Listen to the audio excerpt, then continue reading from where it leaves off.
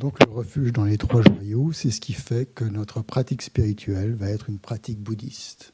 Mais ça ne veut pas dire que vous devez devenir bouddhiste tout de suite et prendre refuge immédiatement. Ce n'est pas le but de ce cursus, de faire de vous des bouddhistes, mais simplement de vous donner tous les éléments pour vous permettre justement de... Si un jour, ou éventuellement, vous avez réfléchi et que c'est vraiment une voix qui vous parle et que vous êtes sûr de vous, à ce moment-là, vous pouvez vous engager. Mais ce n'est pas la peine de s'engager avant d'avoir cette certitude, puisqu'après, si vous changez d'avis, ça serait dommage, quoi. Une fois qu'on a pris refuge, c'est un engagement à vie, quand même.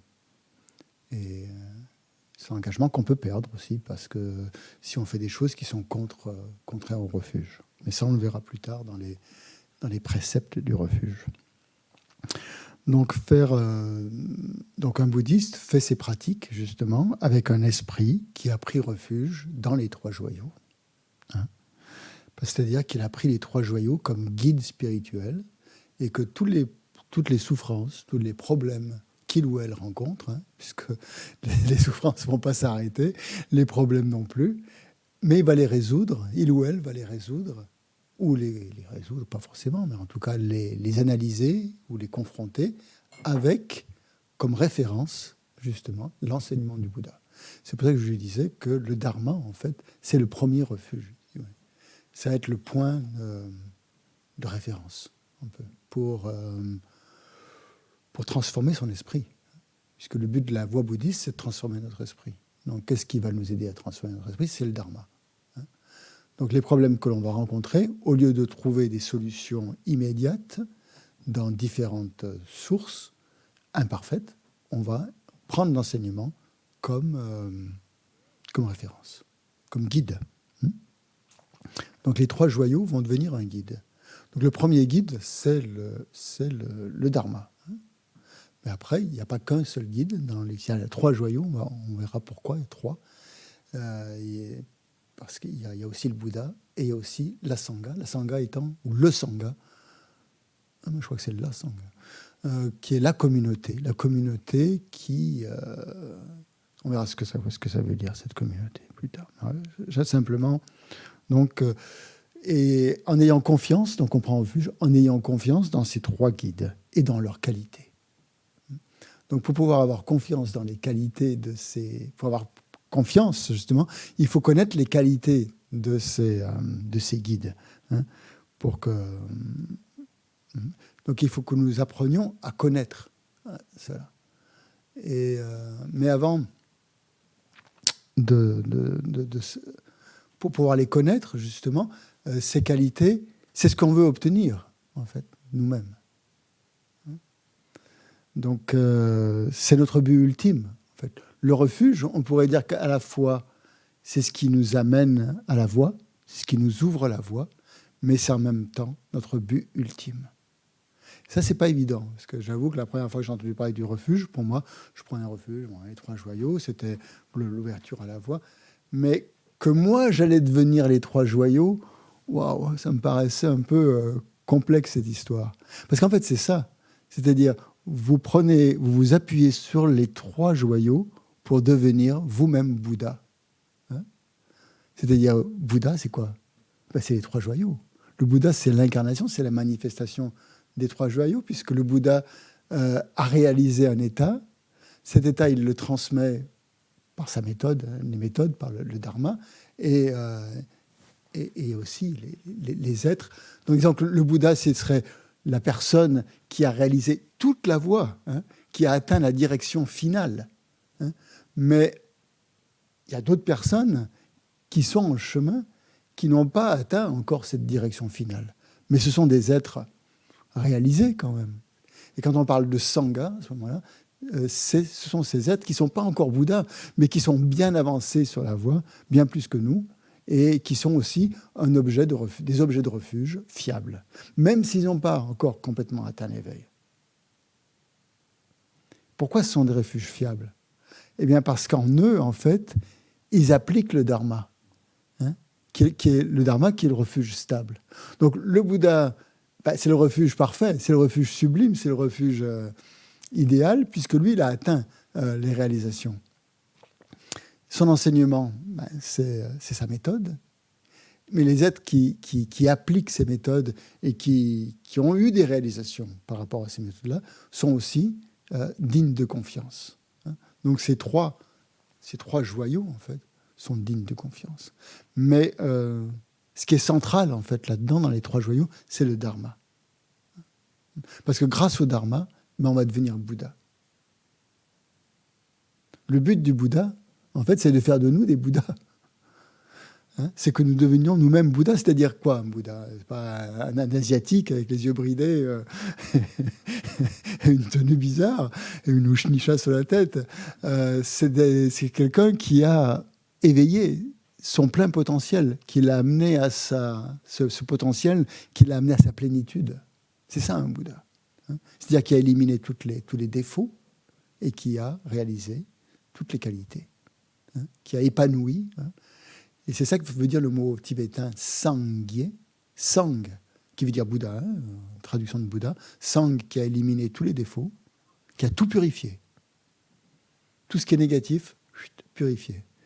Et qui a Gye, qui est Gye, c'est-à-dire qui a épanoui, Gye, ça veut dire épanoui, qui a développé toutes les qualités. Et donc c'est ça, un Bouddha. Donc le Bouddha veut que nous devenions nous-mêmes des êtres éveillés. Et c'est pour ça qu'il y en a cette méthode. Donc c'est ce centre. On pourrait dire que la clé de voûte un peu du bouddhisme, c'est ce dharma que le Bouddha a enseigné et que d'autres êtres aussi, la Sangha, pratiquent. Et qui sont à différents niveaux, à des niveaux plus avancés que nous. Donc bien sûr, on va prendre refuge dans des gens qui sont un peu plus avancés que nous, évidemment. Des maîtres spirituels qui ont des réalisations et qui sont la Sangha. Donc c'est ces qualités donc, que l'on va devenir. Donc le Bouddha vraiment englobe, on pourrait dire, les trois joyaux. Et notre but ultime, c'est de devenir nous-mêmes, en fait, les trois joyaux. Ah, c'est très intéressant, ça. Parce que vous voyez, dans le refuge, il y a ce mécanisme que je trouve génial. C'est qu'il y a deux refuges, en fait. Il y a un refuge causal, qui est la cause, qui va nous faire devenir des êtres éveillés, c'est-à-dire le Bouddha, le Dharma et la Sangha, qui est le refuge causal. Mais il y a le refuge aussi résultant, c'est-à-dire notre propre éveil en tant que Bouddha, qui est aussi ce en quoi on prend refuge, en fait, quand on prend refuge. Donc on ne prend pas refuge que dans le refuge causal, en fait. On prend aussi refuge dans le refuge que l'on va être, grâce au Dharma. Si on poursuit cette voie du Dharma jusqu'à son terme, cette direction sûre qui va nous éliminer, qui va nous faire éviter la souffrance, qui va faire cesser la souffrance, pas seulement éliminer, va nous amener à l'éveil. Et à ce moment-là, on est un refuge pour les êtres. Et pourquoi refuge résultant ? Parce que ce refuge, il est déjà en nous, en fait. Et il y a un très beau texte de Maitreya qui s'appelle « Le continuum sublime du grand véhicule », qui parle justement, tout ce texte parle de la continuité qu'il y a entre l'état ordinaire, le nôtre, et l'état de Bouddha. Qu'est-ce qui nous sépare de l'état de Bouddha ? Des instants de conscience, c'est tout. C'est une continuité. Vous vous souvenez, quand on a fait le premier module sur l'esprit, on a dit que l'esprit était une continuité. Continuité d'expérience, continuité de connaissance. Continuité qui va de l'état ordinaire, en fait. C'est ça que Maitreya appelle le continuum sublime du grand véhicule, ou la suprême continuité du grand véhicule. C'est ce courant de conscience dans lequel nous sommes actuellement, qui va de l'état ordinaire à l'état de Bouddha. Ce qui veut dire qu'en fait, cet état de Bouddha, ce qu'on appelle la nature de Bouddha, en fait, qui est le noyau, cette nature de Bouddha, entre le refuge causal et le refuge résultant. On peut devenir un refuge résultant parce qu'on a en soi cette nature de Bouddha. Donc là, j'essaye de vous amener à, comment dire, à la confiance, puisque c'est la deuxième cause. Cette cause est très importante. Hein. Donc, pour la première, c'était la peur la peur des existences inférieures. Donc, ces existences inférieures, il faut les regarder. Quelles sont les existences inférieures? Donc, le Bouddha nous dit, regardez les existences inférieures que vous pouvez voir autour de vous et tout ça, et puis souhaitez vraiment ne pas renaître dans ces états-là, et faites en sorte de ne pas renaître. Et l'autre aspect, c'est la confiance. Confiance dans les trois joyaux, mais aussi confiance dans notre nature de Bouddha. Et ça, c'est très... Je pense que c'est comment dire, la clé, ce qui va nous permettre de développer cette conscience. Parce que nous parler comme ça sans arrêt des qualités de Bouddha, si on ne se relie pas à ces qualités, ça va rester lettre morte, hein, ça va être du blablabla. Je veux dire, bon, le Bouddha, oui, il est parfait, c'est bien, d'accord, mais nous, on est imparfait, on ne va jamais y arriver. Hein. Donc, qu'est-ce qui va nous donner confiance qu'on peut y arriver? C'est ça qu'il faut absolument que l'on génère dans son esprit, cette confiance. Elle ne va pas venir toute seule, la confiance. Ce n'est pas parce qu'on va réciter 111 fois la prière « Je prends refuge dans le Bouddha, je prends refuge dans... » qu'on va prendre refuge. Hein. On va vraiment prendre refuge qu'à partir du moment où on aura établi cette confiance. Donc il faut vraiment... Et ça, personne d'autre peut le faire à votre place. Moi, je ne peux pas le faire. Le Bouddha ne peut pas le faire. Les grands maîtres spirituels ne peuvent pas le faire. C'est à nous-mêmes, hein, chacun de nous, de trouver cette confiance. Donc, le concept, je pense, c'est plus comme, si on peut dire un concept, pourquoi pas. Ou, moi, j'aime pas le mot. La réalité de la nature de Bouddha, en fait, est une clé pour nous donner la confiance. Et qu'est-ce qui nous prouve qu'on a cette nature de Bouddha, maintenant? Parce que ça demande beaucoup de réflexion, en fait, tout ça. Hein. Donc, OK, la nature de Bouddha nous permet d'avoir confiance que l'on peut devenir nous-mêmes Bouddha, que l'on peut être un refuge pour les êtres, qu'on peut être un refuge réel. Mais qui nous dit qu'on a la nature de Bouddha? Qui va nous dire? Qui nous le prouve? Et Maitreya, c'est ce qu'il fait dans son livre. Hein. Il va nous donner les preuves qu'on a la nature de Bouddha. Alors justement, pour le refuge, en fait, c'est un sujet extrêmement important dans le bouddhisme. Et on peut l'étudier en étudiant tous les grands traités comme Pramanavartika, tous les grands... Très difficile. Hein. Au niveau de découverte du bouddhisme, vous allez vous endormir hein, si vous ouvrez ces livres. Ils vont vous tomber des mains hein, au bout d'un moment, parce que c'est dur, c'est vraiment difficile. Même la continuité suprême du grand véhicule, il faut s'accrocher quand même. Hein. Donc, cette méthode d'étudier, c'est ce que font tous nos grands maîtres, les geishés, tout ça. Ils passent des années dans les monastères tibétains à étudier ces grands traités qui vont leur donner confiance dans cette nature de Bouddha, qui vont leur donner confiance dans le refuge et tout ça. Mais les étudie à fond. Nous, on ne peut pas faire ça. Malheureusement, c'est réservé à une petite élite, ou des gens privilégiés qui ont peut-être pris les vœux de moine, qui peuvent étudier toute la journée, vraiment. Voilà. Donc, pour nous, qui n'avons pas cette chance de pouvoir étudier tous ces grands traités, tous ces beaux traités, comment on va faire pour se donner confiance dans cette nature de Bouddha, se donner confiance dans cette possibilité d'atteindre l'éveil. Hein? Parce qu'on nous dit, vous pouvez atteindre l'éveil, mais qu'est-ce qui nous dit que c'est possible? Qu'est-ce qui nous dit que c'est possible? Eh bien, si on n'a pas la chance d'étudier tous ces grands traités, simplement regarder notre esprit déjà. Regardez comment fonctionne notre esprit. Ça, c'est la clé. Hein. C'est la clé dans la méditation. Hein. Notre esprit, il est là tout le temps avec nous. Tout le temps. Et donc, le bouddhisme nous amène, on pourrait dire, Lama Yeshe lui dit très bien, il dit, le sujet fondamental du bouddhisme, c'est l'esprit. C'est pas autre chose. C'est pas le corps. Hein. Pas de faire des exercices de yoga. Ça aide, le yoga, c'est très bien. J'ai rien contre, au contraire. Mais c'est pas ça le but. C'est pas simplement de faire que des... C'est d'étudier son esprit, de regarder comment il fonctionne pour amener une véritable transformation. Et la transformation, on ne pourra l'avoir que si on devient intime avec le fonctionnement de notre esprit. Et si on en prend le contrôle. Et ça, c'est possible, de prendre le contrôle de son esprit. C'est pas quelque chose de... Comment pas arriver à faire? Non, ça, c'est possible. Et ça ne demande pas des années de lecture. Voilà. C'est simplement méditer, regarder comment fonctionne notre esprit, regarder quand notre esprit part dans une direction abominable, ou au contraire, regarder quand notre esprit est vertueux. Et comment on se sent à ce moment-là? Quand notre esprit a des pensées positives, quand un esprit est imprégné d'amour, de compassion, de sagesse, comment on se sent à ce moment-là? Quelle est la qualité qui apparaît dans notre esprit? Est-ce que c'est l'obscurité? Est-ce que c'est l'ignorance? Ou est-ce que c'est de la clarté?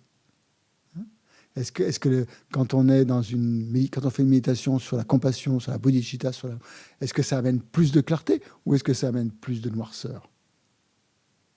C'est évident que si, par l'expérience même, on peut voir que ces méditations, elles amènent de la lumière, elles amènent de la clarté, elles amènent de l'ouverture, elles amènent de la disponibilité aux gens. Donc ça veut dire quoi? C'est-à-dire que ces qualités, elles sont là en nous. Ce n'est pas le Bouddha qui nous les donne. Ce n'est pas notre maître spirituel qui nous les donne. Ce n'est pas nos amis, nos parents, ou quoi que ce soit. Elles sont déjà là en nous.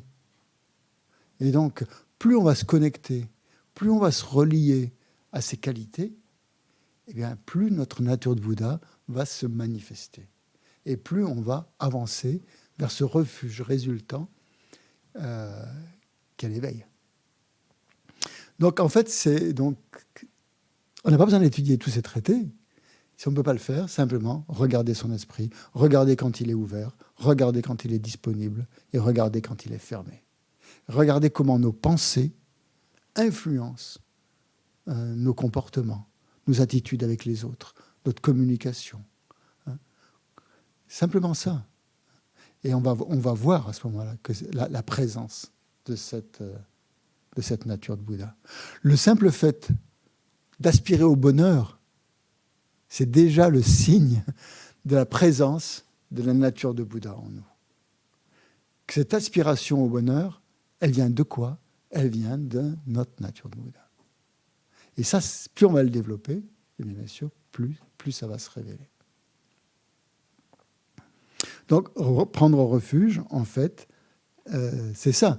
Donc, ce n'est pas simplement réciter une formule verbalement, mais c'est cet engagement mental, cet engagement sincère, intérieur, dans l'aspiration, dans la volonté de vouloir développer ce potentiel, de vouloir éveiller notre nature de Bouddha. Et en fait, le refuge, c'est une pratique. C'est une pratique en elle-même qui nous amène à, qui nous conduit à l'éveil, mais qui nous permet à chaque instant de manifester le dharma, en fait, qui est dans notre esprit. De manifester le dharma dans notre esprit. Donc, en fait, on peut dire qu'on prend refuge, quand on est bouddhiste, on prend refuge à chaque instant pour actualiser ou pour manifester le dharma, ce refuge intérieur. Et c'est ça qui va donner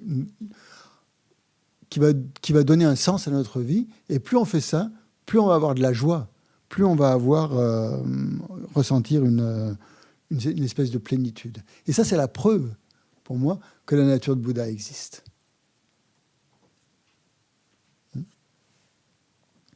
Et qu'il y a un bonheur durable qui est possible.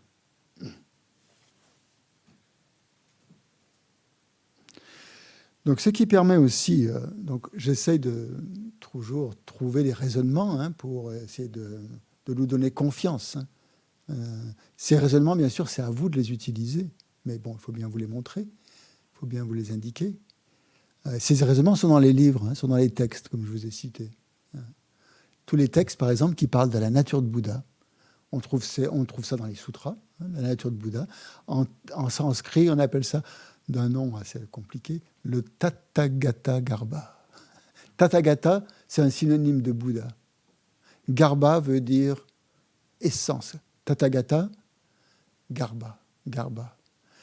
Et Tathagata est donc synonyme de Bouddha. Ça veut dire, en sanskrit, ainsi aller. Si on le traduit littéralement. C'est l'ainsi aller. Le Bouddha est un ainsi aller. Qu'est-ce que ça veut dire? Ça veut dire qu'il est allé au-delà, dans la béatitude, oui, c'est une formule. On trouve, ça, c'est la traduction de Sugata. Il y a Gata. Gata veut dire aller. Sugata veut dire aller dans la béatitude, dans la félicité. Mais Tathagata Garbha, ça veut dire qu'il est allé dans l'incité, dans la réalité, dans le réel, en fait. C'est-à-dire qu'il voit les choses telles qu'elles sont. Il est dans cette... Donc prendre refuge dans le Bouddha, en fait, c'est aussi prendre refuge dans cette incité de la réalité. Le Bouddha n'enseigne qu'une chose, c'est la réalité des phénomènes.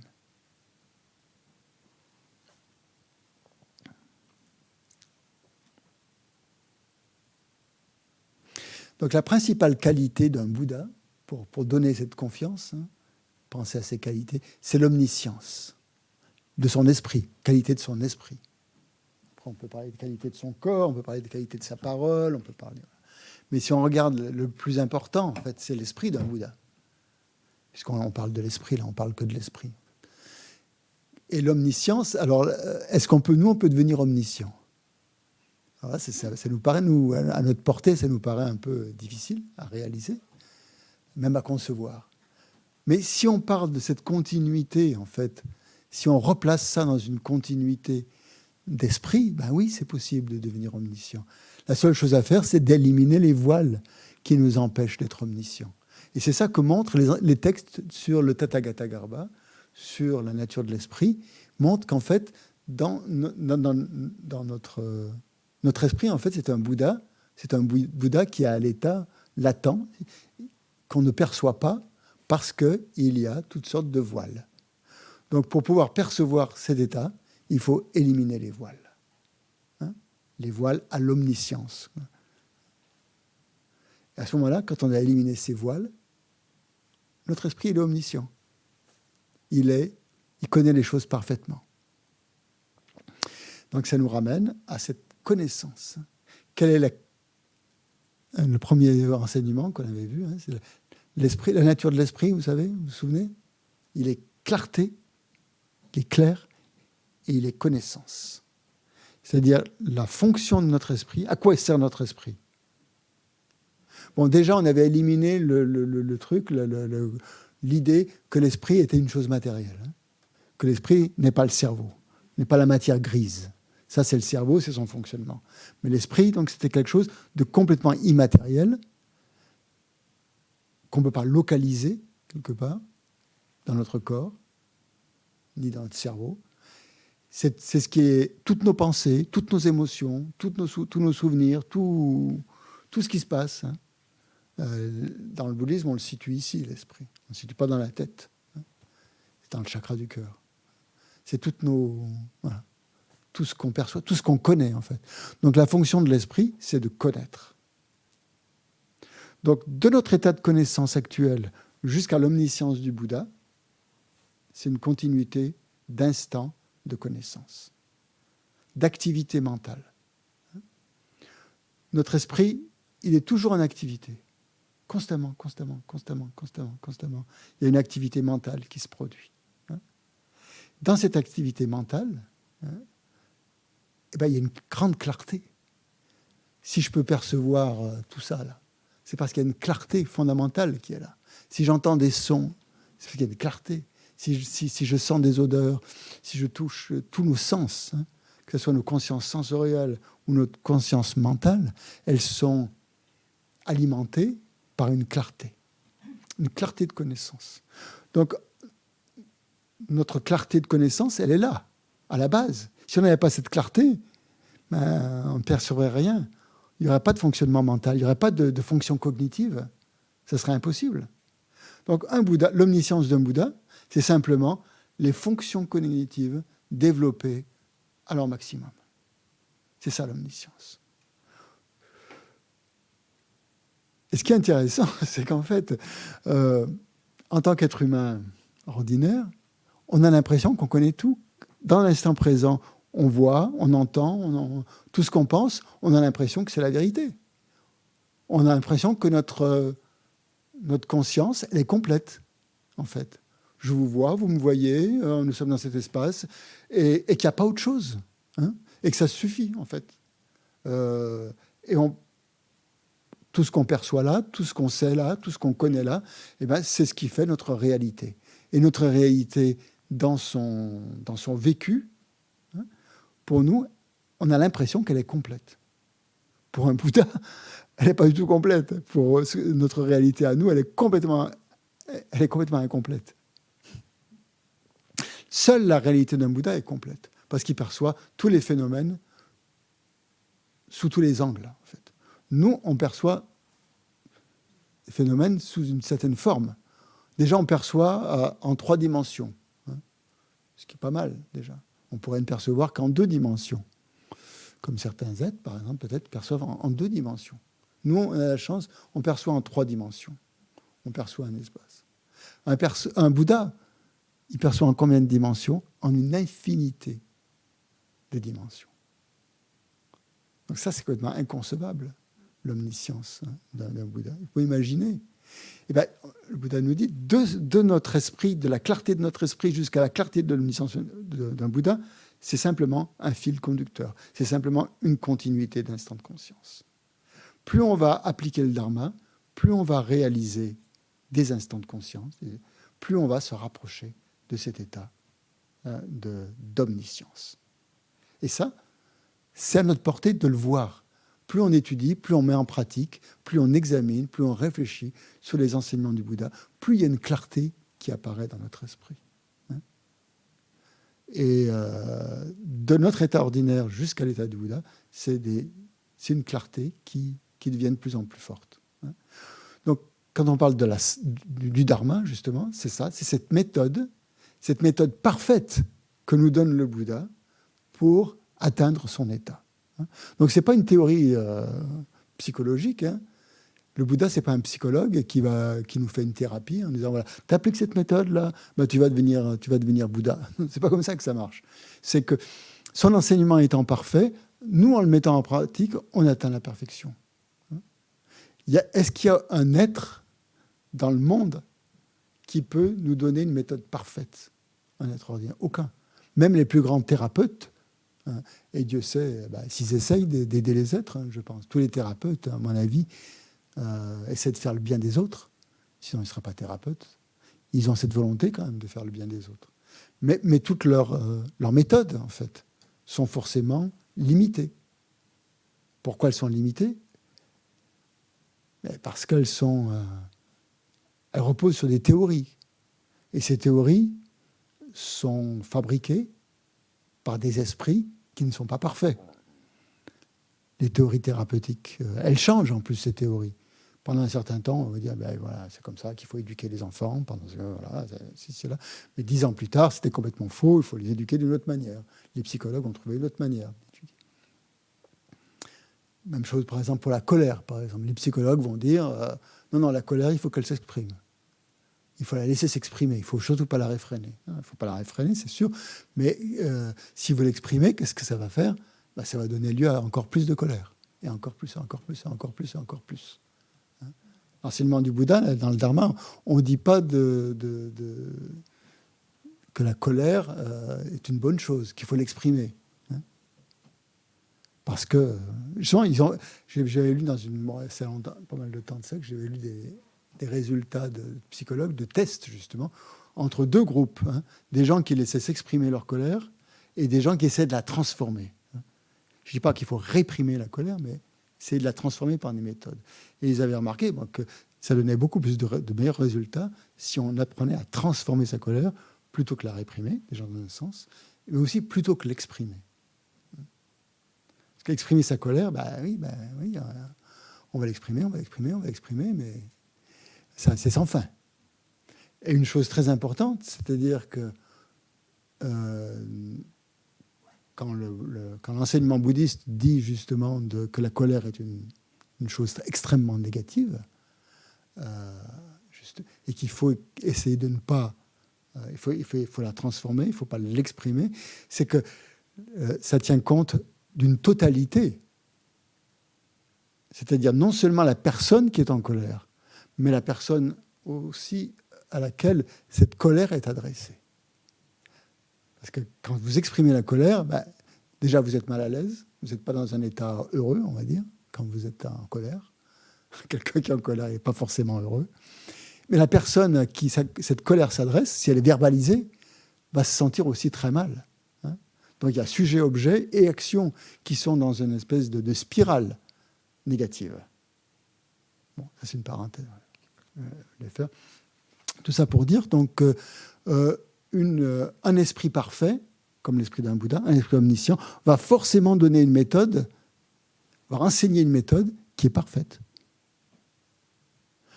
Quelqu'un d'imparfait, un psychologue, malgré toute sa bonne volonté, n'est pas quelqu'un de parfait, hein, parce qu'il a aussi des problèmes. Si on connaît la vie personnelle de certains psychologues, on voit qu'ils n'ont pas tout résolu, hein, qu'ils ont aussi des problèmes personnels. Donc ils ne peuvent pas donner une méthode qui soit parfaite. Pas possible. Donc tout ça pour nous amener encore à la confiance dans l'enseignement, hein, d'un esprit, pourquoi les trois joyaux. Ça. Et les gens qui mettent ces enseignements en application deviennent de plus en plus parfaits, hein, comme nos maîtres spirituels, par exemple, qui sont à un certain niveau, qui sont à un niveau avancé. Donc quand on parle du refuge dans la Sangha, hein, ce n'est pas les membres d'une communauté bouddhiste, comme ici, par exemple, la Sangha. C'est les êtres un peu plus évolués que nous, beaucoup plus évolués. C'est au moins des gens qui ont réalisé la nature de leur esprit. C'est-à-dire qui, sur la perspective de la voie bouddhiste, ils sont à ce qu'on appelle le sentier, le chemin de la vision. Ils ont une perception directe de la réalité. Hein? C'est ce qu'on appelle la Sangha Arya, c'est-à-dire la Sangha des êtres sublimes. Qui ne sont pas encore Bouddhas, certes, mais qui voient déjà la vacuité, hein, qui ont déjà réalisé la vacuité,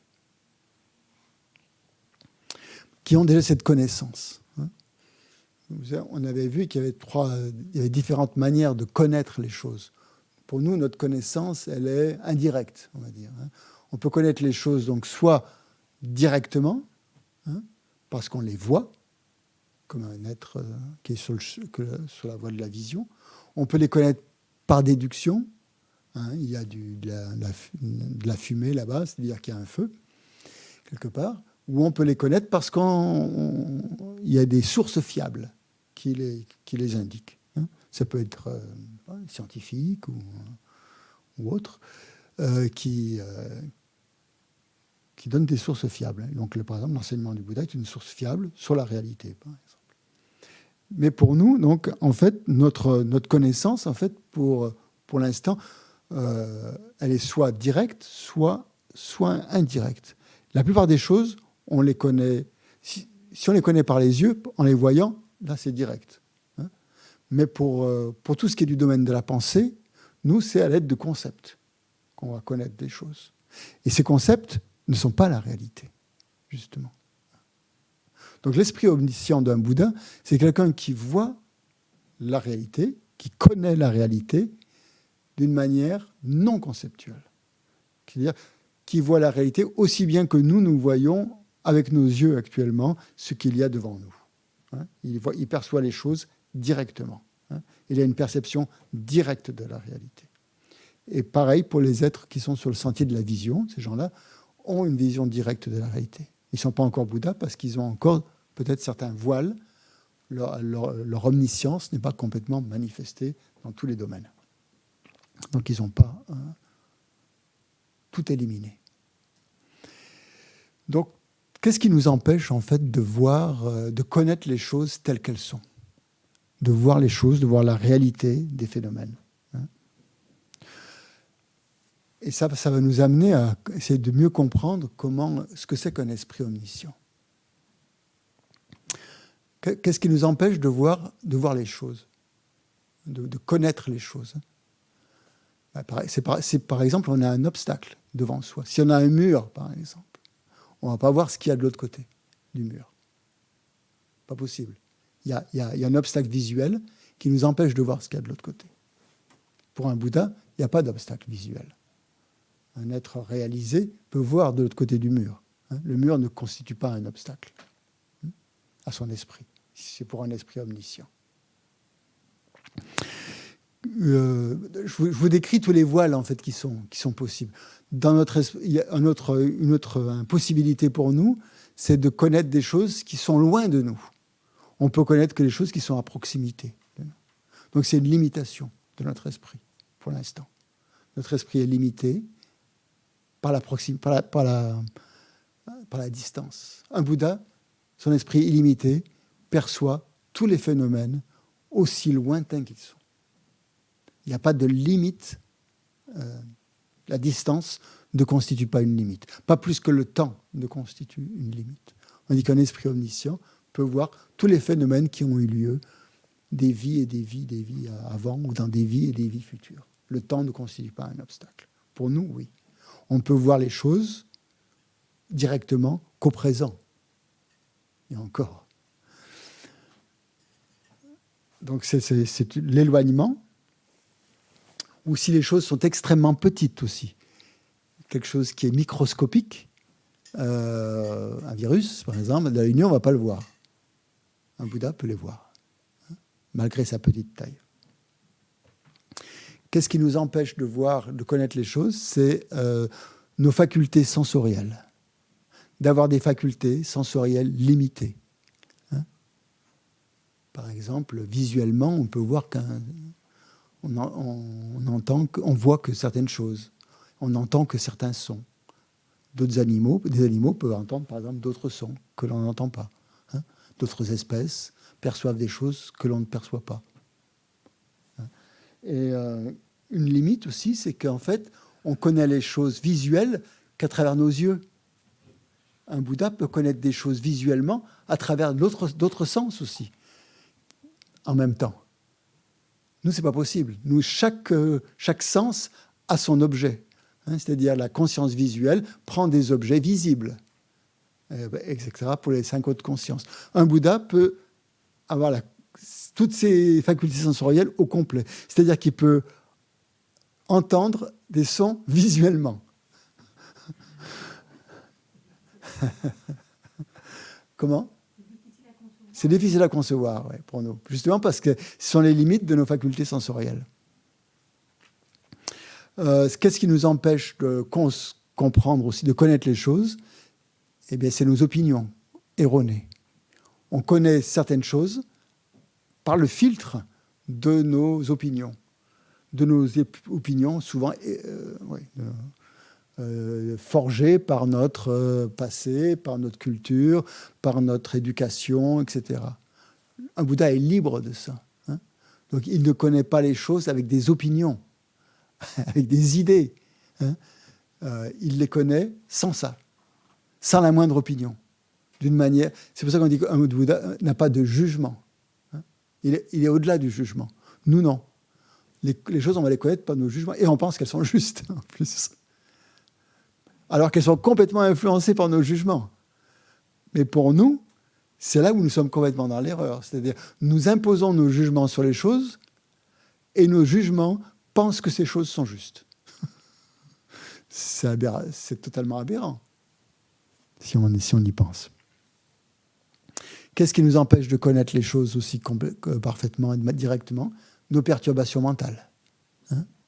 Du fait de nos perturbations mentales, nos émotions, en fait, font que ce qu'on perçoit des choses est complètement faux, complètement dicté par ce que nous projetons, ce que notre esprit projette sur les choses. Un être réalisé qui a éliminé toutes ces perturbations mentales, et bien avant d'être Bouddha, d'ailleurs, on dit qu'un arhat, déjà, qui a atteint le niveau du petit véhicule, le niveau la réalisation le fruit du petit véhicule, a éliminé toutes les perturbations mentales. Donc il voit les choses sans le filtre des perturbations mentales. Imaginez ce que ça peut être de voir les choses sans perturbation mentale. Ça, on peut imaginer, non? C'est facile. Quand vous méditez, par exemple, vous méditez sur la respiration, comme on l'a fait tout à l'heure en début de séance. Même là, si on fait pendant... Allez, on essaye. Essayez de vous concentrer sur la respiration pendant 2 minutes.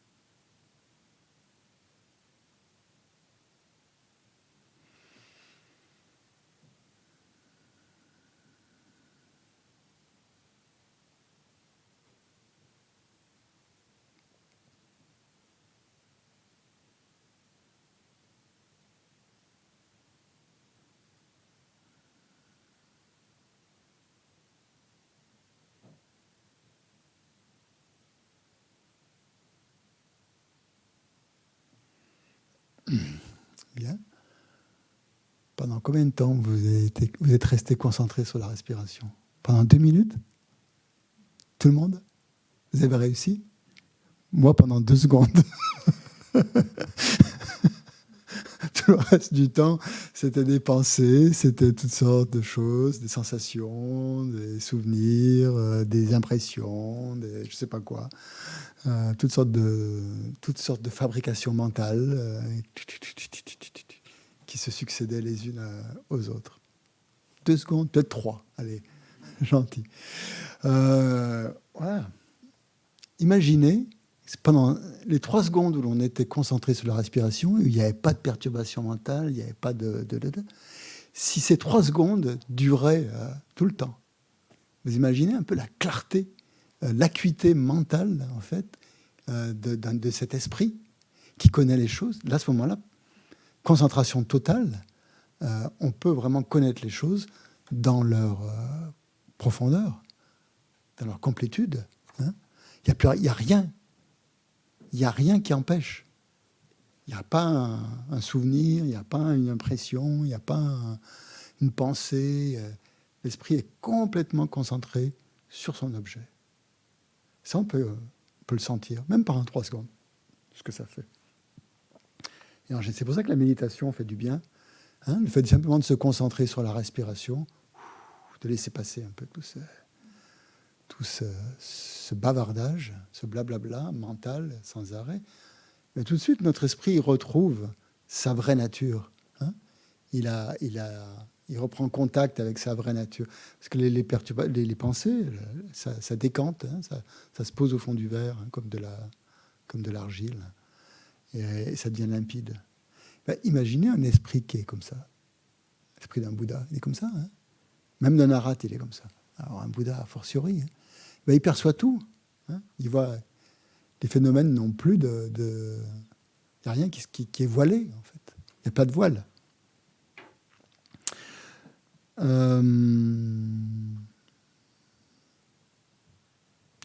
Qu'est-ce qui fait... Alors après, qu'est-ce qui va empêcher la connaissance? C'est que certains objets sont très subtils. Et que seul un Bouddha peut percevoir certains objets de par leur subtilité, comme le karma, par exemple. Le mécanisme, le fonctionnement du karma, comment ça fonctionne le karma, pourquoi on a telle ou telle fragilité dans cette vie, d'où ça vient, quelle était la cause dans des vies antérieures. Très très subtil de voir ça. Un Bouddha le voit. Pour nous, non, c'est pas possible. On n'a pas cette acuité. Souvenir des vies antérieures, par exemple. Mais le pire, en fait, c'est que puisque, et c'est là où on revient à cette notion de continuité de vie et de vie et de vie depuis des temps sans commencement, vous savez. On dit bien que notre esprit tourne dans le samsara depuis des temps sans commencement. C'est-à-dire qu'il n'y a pas eu un début à notre esprit. On ne peut pas retrouver l'origine de notre esprit. Donc, pendant toute cette errance dans le cycle des existences, dans le samsara, eh bien, qu'est-ce qui nous a propulsés? C'est l'ignorance. L'ignorance. L'ignorance de concevoir un je, un moi, sur une individualité, sur ce courant de conscience, qui n'est qu'une succession d'états mentaux, d'événements mentaux, d'activités mentales qui se succèdent comme ça, et sur laquelle, cette continuité, sur laquelle on met un je, un moi, et qu'on fait à chaque instant, on recrée ce moi, ce je, qui donne un sens, qui donne un sens, oui, qui donne un sens à cette continuité, alors que ce je n'y est pas. C'est ça l'ignorance. Donc on a cultivé cette ignorance fondamentale, on l'appelle fondamentale, parce que dans tous nos états d'existence, nous avons eu un je, en fait. Nous avons mis un je sur cette continuité mentale, qui passe comme ça, de vie en vie. Un Bouddha ne fait pas ça. Il a réalisé, et même un arhat a réalisé que ce je n'existait pas. Donc il n'y a plus l'ignorance. S'il n'y a plus l'ignorance, eh bien, tout est perçu dans cette vacuité, justement, où il n'y a plus d'émotions perturbatrices, où tout est perçu directement. Donc voilà l'esprit d'un Bouddha qui connaît les choses telles qu'elles sont. Et ça, le Dharma, à quoi nous amène le Dharma? À réaliser cette vacuité.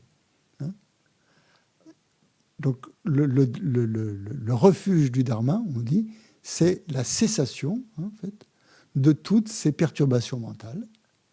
Et justement, toutes ces perturbations mentales ont cessé pour toujours. C'est ça le refuge du Dharma. Refuge dans cette cessation et dans la voie qui mène, qui conduit à cette cessation. Et qui sont les deux dernières vérités, la vérité de la cessation et la vérité de la voie qui mène à la cessation. Et ça définit le refuge du Dharma. Donc le refuge du Dharma, c'est quoi? C'est ça, c'est la cessation de tout ce qui empêche de connaître les choses, l'élimination de cette ignorance, et la voie, c'est le développement de toutes ces qualités qui nous amènent à avoir de plus en plus, être de plus en plus proche, en fait, de l'esprit d'un Bouddha. Et le refuge de la Sangha, c'est la réalisation de ces êtres qui ont réalisé justement la cessation. Donc c'est la cessation dans l'esprit des êtres qui sont sur la voie de la cessation. Et le Bouddha, c'est quelqu'un qui a réalisé cette cessation d'une manière totale, d'une manière complète, d'une manière parfaite. Donc quand on voit les choses comme ça, c'est plus facile déjà d'avoir confiance dans les trois joyaux, puisqu'on les voit en termes de continuité. Donc il y a 3 points à retenir pour terminer. Après, si vous avez des questions, on pourra y revenir. Sur la nature de l'esprit. Donc il faut bien vous dire donc, que les Bouddhas, vous l'avez compris, sont libres de tous les voiles qui nous occultent. Donc les Bouddhas sont omniscients, ils ont cette omniscience. Mais omniscient ne veut pas dire omnipotent, attention. Ça veut dire qu'ils ont l'omniscience, mais qu'ils ne sont pas omnipotents. Ils ne peuvent pas agir comme ça pour nous sortir de la souffrance et nous retirer, comme on dit, comme on retire une épine de la main ou du doigt. Ce n'est pas possible. Ils n'ont pas cette omnipotence, mais ils ont cette omniscience. D'accord ? C'est à nous, donc, en fait, pour pouvoir vraiment être C'est à nous d'être réceptifs, finalement, à l'omniscience, aux qualités d'un Bouddha, pour nous sortir, nous-mêmes, de cette situation de souffrance. Donc, et c'est en prenant de plus en plus conscience de la nature de notre esprit que l'on va développer cette confiance dans les trois joyaux. Donc, 3 choses à retenir, 3 choses fondamentales à retenir.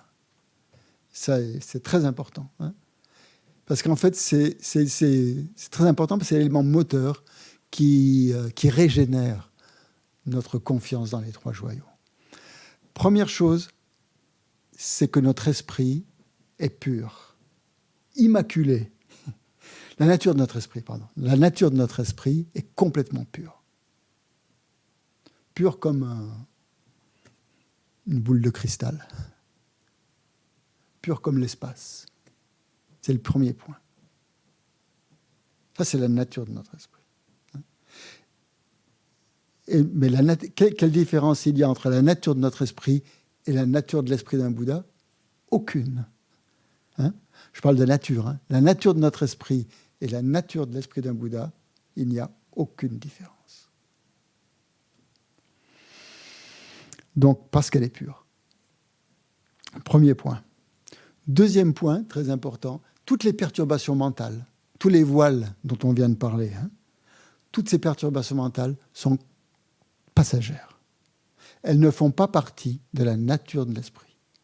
On dit, le terme qu'on utilise, elles sont adventices, c'est-à-dire qu'elles ne sont pas intrinsèquement liées à la nature de l'esprit. Elles n'entachent pas la pureté de notre esprit. Même dans la pire des colères que l'on peut ressentir, il y a encore cette nature de l'esprit qui n'est pas souillée par la perturbation mentale. Ça, c'est très important aussi. Donc, ça veut dire que si ces perturbations mentales ne font pas partie de la nature de l'esprit, troisième point, on peut les éliminer. Elles sont éliminables. C'est le troisième point. Donc, si l'on utilise l'enseignement, les antidotes, hein, on va pouvoir éliminer complètement l'ignorance, hein, et les perturbations mentales. Et ça, c'est le but. Donc voilà, logiquement, comment on peut essayer de se rapprocher donc, de cette confiance, hein, dans les 3 joyaux, en essayant d'analyser tout ça.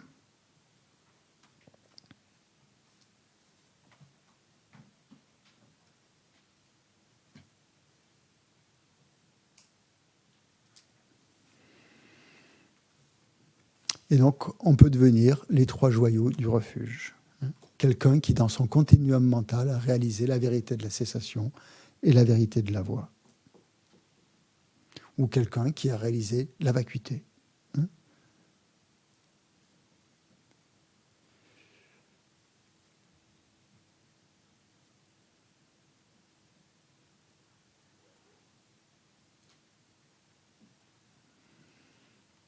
Est-ce qu'il y a des questions?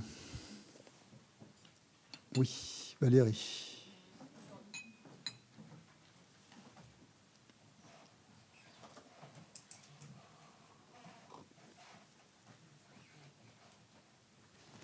Alors moi, c'était pour la saisie du moi.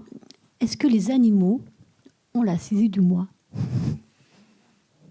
Bonne question. Je pense aux poissons, par exemple, quand on les voit en banc énorme, ils sont nombreux. Est-ce que chaque poisson, par exemple, a cette saisie-là?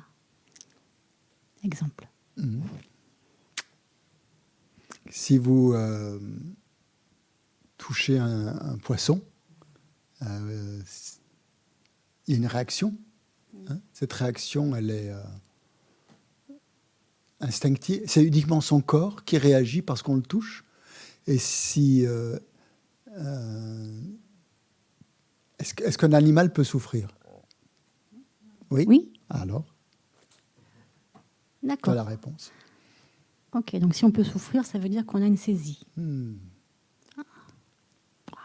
La souffrance, elle vient de la saisie du soi, de la saisie du moi. Donc un Bouddha ne souffre pas du tout. Ah non. Si on le touche, et Ben non, il n'y a pas de souffrance. Il est Si on au-delà lui de la coupe un souffrance. doigt. Ben oui, la cessation, c'est ça. Waouh. La cessation. C'est la cessation de la souffrance. Il peut manifester une maladie, par exemple. Il peut manifester la mort. Il peut manifester... Mais il est au-delà de la naissance, c'est de la mort aussi. Hein. Mais il peut manifester, par exemple, pour les êtres, pour les disciples, pour nous montrer que notre corps va disparaître, par exemple. Il peut manifester différentes formes. Mais intérieurement, il n'y a pas la souffrance. Il peut avoir une blessure, par exemple, on peut le blesser, mais il ne ressentira pas une souffrance. Et ça, même avant d'être Bouddha. Hein. Ça donne encore plus envie de l'être. Ah, oui. Avant Merci. d'être Bouddha, c'est possible. Merci. Oui. Oui, des questions sur Zoom. Bonjour. J'ai une question. Oui. Pardon? Ah bon? Je croyais que c'était vous. Ça fait rien. Ouais, comme je suis limité, on me parle là et je regarde là. Je suis loin d'être Bouddha. Hein. Du coup, je ne sais pas. Allez-y, vous allez. Alors, moi, c'est juste...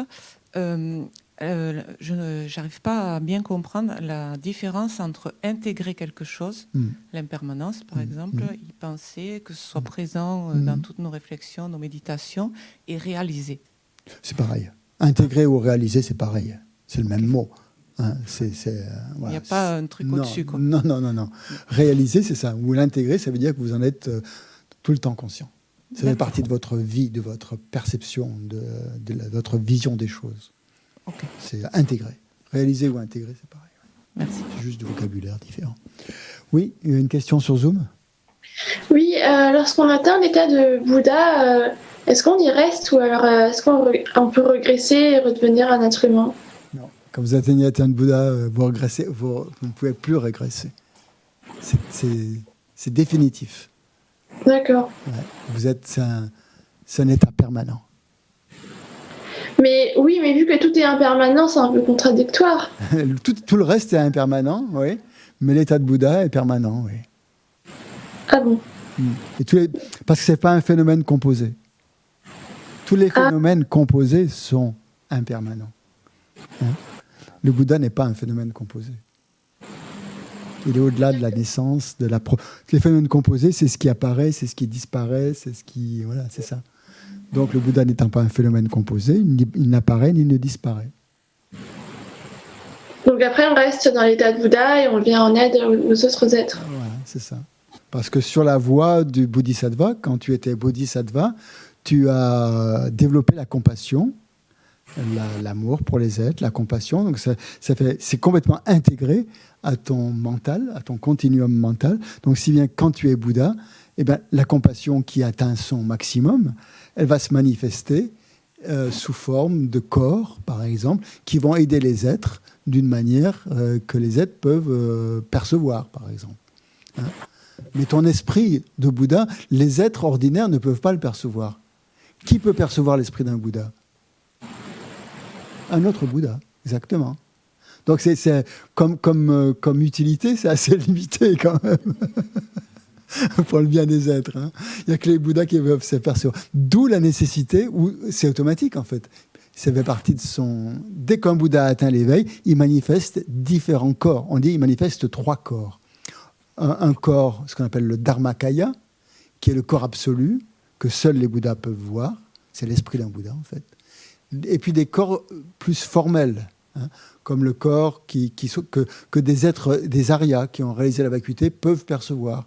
Mais qu'un être ordinaire qui n'a pas réalisé la vacuité ne peut pas percevoir. Donc ça, c'est ce qu'on appelle le Sambhogakaya. Et un autre niveau, un autre plan de réalité, c'est le Nirmanakaya, c'est-à-dire une manifestation du corps d'un Bouddha, de l'esprit d'un Bouddha, manifesté sous forme de corps que les êtres peuvent percevoir. Donc peut-être que le Bouddha est en train de manifester un corps devant moi, Tsangka par exemple, qui est en face de moi, c'est peut-être un Nirmanakaya du Bouddha, qui, grâce à elle, on peut diffuser sur 3 plateaux différents l'enseignement du Bouddha. Si elle n'était pas là, ce ne serait pas possible. Il y aurait beau y avoir une caméra, ça ne suffirait pas. Il faut qu'il y ait un être qui soit derrière. Là, qui me dit que le Bouddha ne se manifeste pas dans un être comme elle, par exemple. Donc peut-être que le Dalai Lama... Pardon. Comment? Qu'est-ce que c'est? Le Dalai Lama est une manifestation du Bouddha? Mais bien sûr. D'accord. Bien sûr. Le Bouddha lui-même est une manifestation du Bouddha. Le Bouddha lui-même?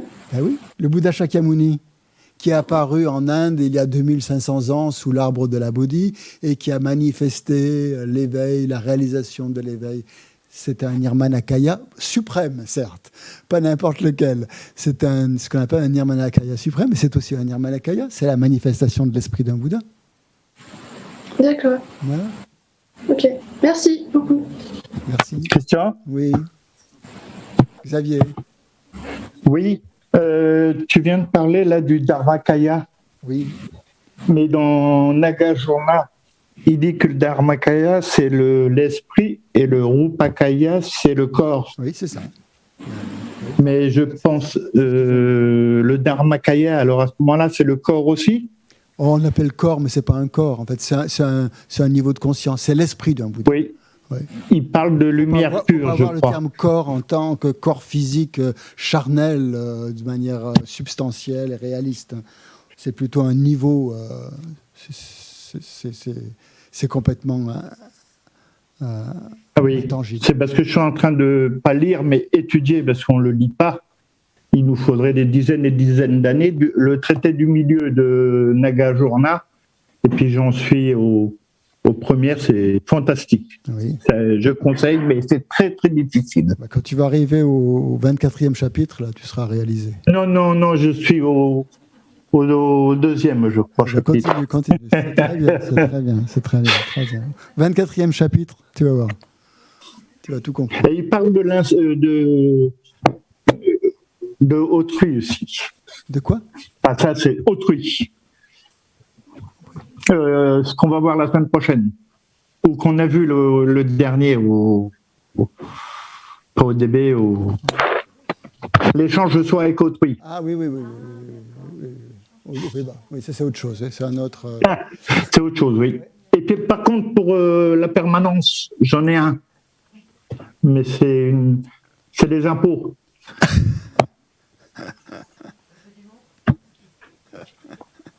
Très bien. Pardon. Une autre question, Sven, mais je ne vois pas les questions. Oui, vous m'entendez, Christian? C'est bon? Oui, j'entends, oui. Très bien. J'aurais besoin, si c'est possible, d'avoir encore quelques illustrations sur ce que l'on entend par la clarté dans la nature de l'esprit. Je rame un peu sur cette réflexion-là, et je rame depuis octobre. Hein, donc, et la deuxième question, ce serait, mais on y reviendra peut-être dans le reste du week-end, d'avoir d'autres illustrations sur le Dharma. Parce que mes lectures me perdent un peu là-dessus. Par moments, c'est présenté comme étant l'ensemble des phénomènes. Par moments, c'est les paroles du Bouddha. Et j'arrive pas à faire le lien qu'il y a entre toutes ces illustrations du Dharma. D'accord. Du mot Dharma. Oui. Ouais. Donc le mot Dharma, en fait, a plusieurs sens, hein, suivant les contextes. Hein. Il est traduit aussi différemment, suivant les contextes. Le mot Dharma veut dire enseignement, hein. C'est un des sens, les enseignements du Bouddha ou la doctrine du Bouddha. J'aime pas trop le mot doctrine, bon. Je vais être un peu rebelle, mais enseignement, les enseignements du Bouddha. Donc collectivement, on appelle ça le Dharma. Toutes les méthodes en fait qui sont enseignées par le Bouddha, c'est le Dharma. Dharma veut dire phénomène aussi. Ça a le sens des phénomènes. Tous les dharmas, ça veut dire tous les phénomènes, et ça a le sens aussi de réalité. Donc tout ça se rejoint en fait. Hein. Que l'on dise enseignement, que l'on dise phénomène ou que l'on dise le réel, en fait, le Bouddha n'enseigne qu'une chose, il enseigne le réel. Voilà. Donc en fait, on retrouve ça, quoi. En fait, donc on peut le traduire différemment. On peut le traduire enseignement quand ça touche vraiment les textes, par exemple, ou les méthodes. Le réel quand ça parle vraiment d'un domaine beaucoup plus vaste, Hein. Et l'autre, c'est les phénomènes, en fait. Tous les phénomènes, en fait, ont en eux, en fait, la vacuité. Hein. La vacuité, et tous les phénomènes sont porteurs de la vacuité, sont porteurs du réel. Forcément, on ne peut pas atteindre, comme c'est dit dans le Sutra du cœur qu'on a lu tout à l'heure, la forme est vide, la vacuité est la forme. En dehors de la forme, il n'y a pas de vacuité. Donc si on veut réaliser la vacuité, il faut bien s'appuyer sur les phénomènes. Forcément. Donc, bon, et il y a une autre connotation que l'on trouve, ce n'est pas le sens exact, mais c'est une connotation qu'on trouve aussi dans le mot sanskrit dharma. En tibétain, c'est che, hein. En sanskrit, c'est dharma. Ça veut dire ce qui porte, ce qui soutient, pardon, ce qui nous soutient, ce qui nous empêche de tomber, en fait, dans des mondes inférieurs ou dans la souffrance, en gros, quoi. C'est ce qui nous maintient hors souffrance, hein, le dharma. Donc voilà tous les termes. Faut pas essayer. Voilà, en fait, suivant les textes, ça sera traduit différemment. Suivant les traducteurs aussi, mais les traducteurs en général font attention, ils sont très sensibles au contexte dans duquel ils traduisent le livre ou le texte, donc ils ne vont pas traduire le mot toujours de la même manière, mais simplement essayer vraiment d'aller à l'essence du terme. Voilà. Et pour la clarté, définir la clarté, c'est... en fait, ça fait partie de la définition de la nature de l'esprit, justement, c'est cette clarté, cette connaissance. Ça veut dire que les phénomènes, la différence de clarté, c'est l'obscurité. Hein. S'il n'y avait pas cette clarté, on ne pourrait pas percevoir. Hein. Du fait même qu'il y a clarté, il y a possibilité de perception. Hein. Sans la clarté, toute perception, toute connaissance est impossible. Donc après, vous donnez une définition exacte de la clarté dans le bouddhisme. Je pense que c'est lié justement à la perception claire des phénomènes. Plus on pratique, plus la clarté, plus on touche cette clarté de l'esprit. Plus on médite, hein, en tout cas, plus on est en phase, en accord avec la clarté de l'esprit. Et c'est ça qui nous permet d'avancer sur la voie, c'est cette clarté qui est liée à la connaissance. Donc, on parle aussi au niveau le plus subtil de la claire lumière de l'esprit ou de la luminosité de l'esprit. C'est pas une lumière au sens de lumière, c'est pas ça la clarté. C'est plus la lucidité, en fait. Je pense que c'est plus comme ça qu'il faut le voir, le mot clarté. On est de plus en plus lucide des choses, en les comprenant. Ouais. Donc je pense que lucidité, dans certains contextes, est une meilleure traduction pour clarté. De la même manière que parler de claire lumière, c'est un peu trompeur, parce qu'on s'attend au moment de la mort, on s'attend à voir de la lumière, quoi, mais c'est pas forcément une lumière, un flash, quoi, qui va nous éblouir, je sais pas, mais c'est vraiment à une lucidité, une compréhension très profonde, qui peut être associée à un état de clarté physique, mais je sais pas trop. Merci Christian. Pas l'expérience. Avec plaisir. Oui. André, tu prends le micro ? Ça y est, oui. Tu dis que l'esprit est dans le chakra du cœur. Bon, au niveau des chakras, si on veut le localiser, hein, quand on le localise, oui. Oui. Ça veut dire quoi, en fait ? Il est dans le chakra du cœur. Autant j'ai compris que les chakras, c'était des centres énergétiques. Voilà. Donc, les chakras non plus, on ne les trouve pas. Si on les cherche, on ne va pas trouver vraiment des roues. Les chakras, ça veut dire roue, hein, en sanskrit. Oui, peut-être. Certaines personnes peuvent peut-être les sentir, oui. C'est un niveau d'énergie extrêmement subtil. Ça ne veut pas dire qu'ils n'existent pas, mais ça veut dire que pour un être ordinaire, ils ne sont pas perceptibles. Pour un Bouddha, peut-être qu'ils le sont perceptibles. Je ne sais pas. Je ne suis pas Bouddha. Moi, je ne vois pas les chakras, par exemple, parce que je n'ai pas la finesse de de l'esprit d'un Bouddha, donc je ne peux pas les percevoir. Quelqu'un qui aurait développé certaines qualités perceptives peut sans doute percevoir les chakras. Mais en tout cas, le logement, on pourrait dire, de l'esprit, par exemple, au moment de la mort, on dit que tout se résorbe à partir du chakra du cœur, et qui contient l'esprit le plus subtil. Et ça aussi, c'est complètement intangible. Ce n'est pas quelque chose qu'on peut percevoir. Mais à un niveau, voilà, ça existe à un niveau extrêmement subtil.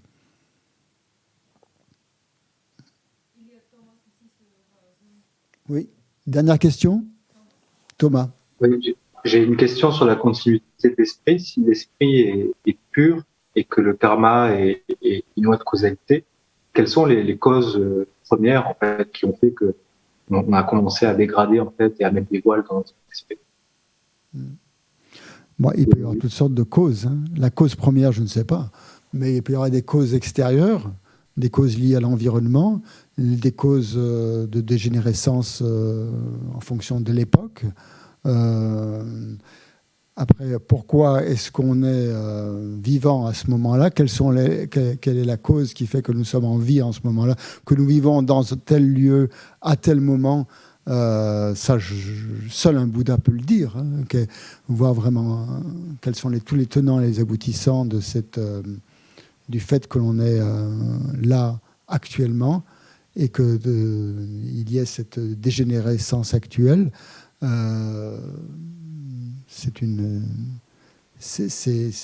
veux dire, seule la connaissance d'un esprit omniscient peut y avoir accès.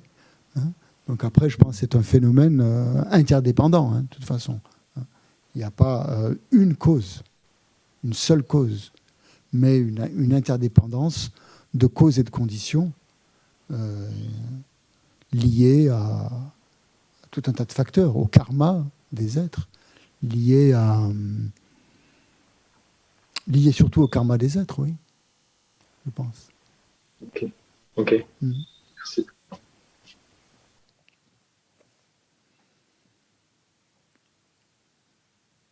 Mais du fait justement de l'interdépendance, on touche la vacuité. Puisque si on poursuit cet examen de l'interdépendance, justement à essayer de vouloir trouver la cause première ou la cause originelle, on ne va pas trouver de cause. On va trouver que des facteurs concordants ou avec cette cause. Donc ça nous amène justement à la compréhension de la vacuité, puisque si on ne trouve pas d'essence, de phénomène substantiel qui serait la cause de tout cela, eh bien, on est forcément obligé de conclure à la vacuité.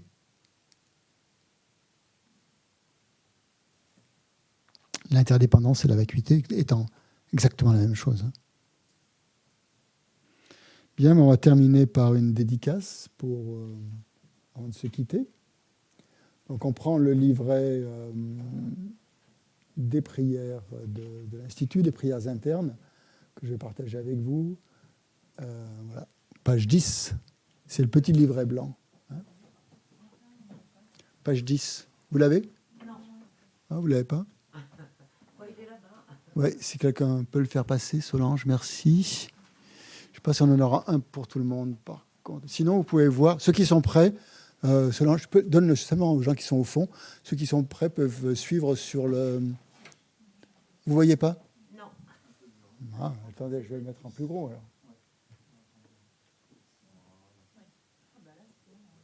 Là, vous l'avez là.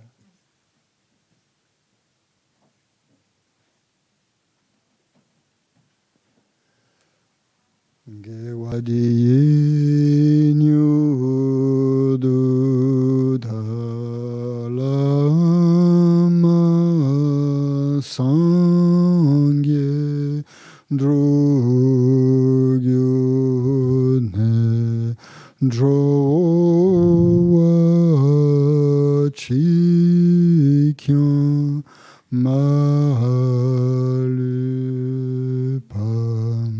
te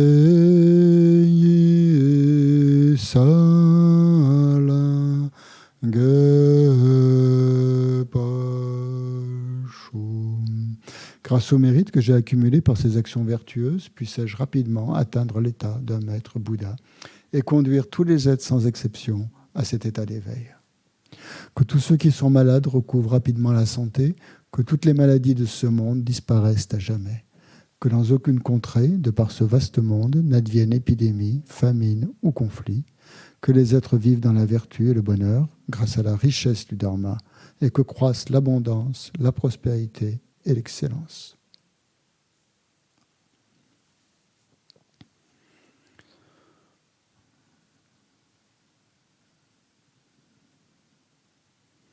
Donc on se retrouve après le repas à 14h30 pour continuer notre exploration du refuge. Voilà. À tout à l'heure.